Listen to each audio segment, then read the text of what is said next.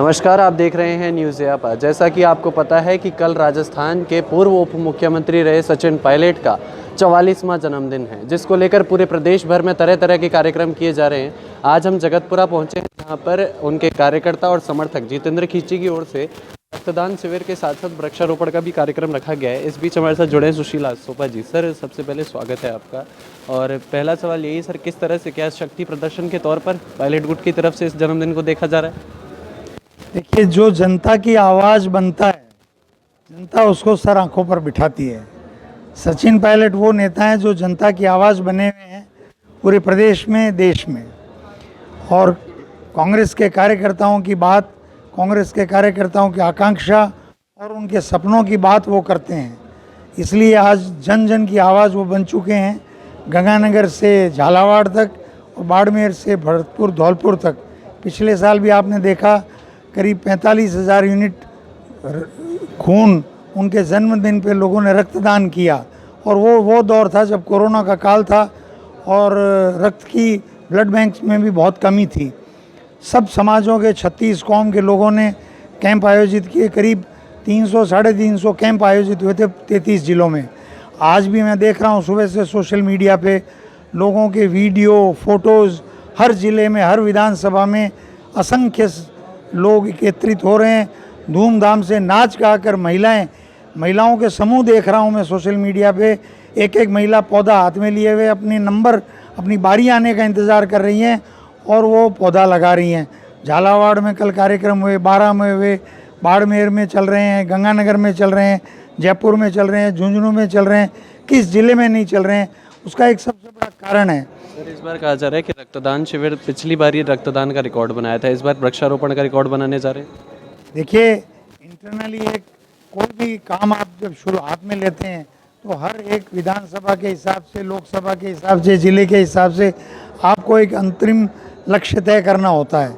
और वो लक्ष्य एक औसत लक्ष्य बनता है पूरे प्रदेश का। आप देखिएगा जो हमने रखा है 10 लाख का टारगेट, उसको हम क्रॉस करेंगे। लेकिन सबसे बड़ी बात जो है, आप ये देखिए, इतना भारी समूह किसी नेता के जन्मदिन पर, जबकि वो नेता ऐसी किसी पोजीशन में नहीं है कि वो किसी कार्यकर्ता की किसी अपेक्षा को पूर्ण रूपेण पूरा कर सके। किसी ग्रामवासी, शहरवासी, वार्डवासी, ढाणी के नागरिक की कोई बात को वो तुरंत इस कैपेसिटी में नहीं है कि उन्होंने उठा के फ़ोन किया और 2 मिनट में काम हो गया। इस क्षमता में वो नहीं है। उसके बावजूद उसका कारण ये है कि जनता देख रही है कि जिस नेता ने 21 जनवरी 2014 को जब कार्यभार संभाला, तब से लेकर के और जब सरकार बनी, तब तक वो पंजों पे खड़ा रहा नेता। और मैं बरसों से राजस्थान की राजनीति को देख रहा हूँ। यहाँ किसी नेता ने किलोमीटरों की पद यात्राओं का काम कभी नहीं किया। 10 किलोमीटर की पद यात्रा राहुल जी के साथ किसानों की 100 किलोमीटर की पद यात्रा उन्होंने 12 से झालावाड़ किसान न्याय यात्रा की। और एक किस्सा तो शायद आप लोगों को भी, बहुत लोगों को ध्यान नहीं होगा कि वो एक गोगुदा के गांव में 12 मौतें हो गई थी दूषित पानी और कुपोषण से। वहाँ वो गए तो देखा कि नाले बह रहे हैं, नदी बह रही है, और वो 4 किलोमीटर नदी नालों को और पहाड़ियों को क्रॉस करते हुए उस टेकरी पे गए, जहाँ की उस समय भाजपा सरकार के मंत्री नीचे डिस्पेंसरी से वापस चले गए। कहने का मतलब ये है कि इस तरह का संघर्ष कभी किसी नेता ने सरकार को वापस लाने के लिए नहीं किया। और वो ये जानते थे, वो बुद्धिमान नेता हैं, वो बहुत समझदार और विजनरी नेता हैं। उनको मालूम था कि जिस दौर में वो प्रदेश कांग्रेस के अध्यक्ष थे, उस दौर में 282 सीटों के साथ नरेंद्र मोदी की केंद्र में सरकार थी और 163 सीटों के साथ वसुंधरा राजे की प्रदेश में सरकार थी। बहुत मुश्किल काम था। 21 सीटें ही केवल नहीं आई थी, भाजपा का पूरे देश प्रदेश में एक वर्चस्व था। उस वर्चस्व को तोड़ना, उस नैरेटिव को तोड़ना, वो मुश्किल काम उनसे पहले किसी प्रदेश कांग्रेस अध्यक्ष को मिला ही नहीं, और उन्होंने उसको करके दिखाया। इसलिए आज 18 साल, 10 साल, 12 साल से लेकर 70, 75, 80, 90 साल तक के जो लोग हैं, हर लिंग, हर वर्ग, हर जाति, हर धर्म के, उनके मन में एक पीड़ा है, सहानुभूति है, करे यार इस नेता के साथ ये क्या हो रहा है।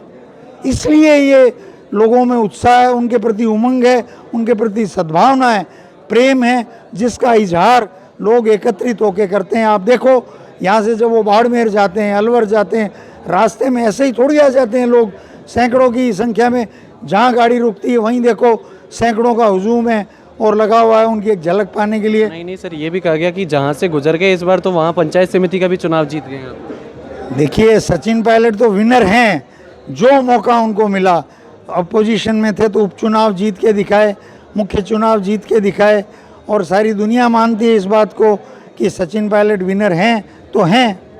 सर कल का क्या कार्यक्रम है? आखिरी सवाल यही कि आज और कल तो हो गए कार्यक्रम, अब कल का सचिन पायलट जी का जन्मदिन है, उसको लेकर क्या कार्यक्रम है? आपके किस तरह से क्या कार्यक्रम रहेंगे कि आप सचिन पायलट से मुलाकात करने वाले?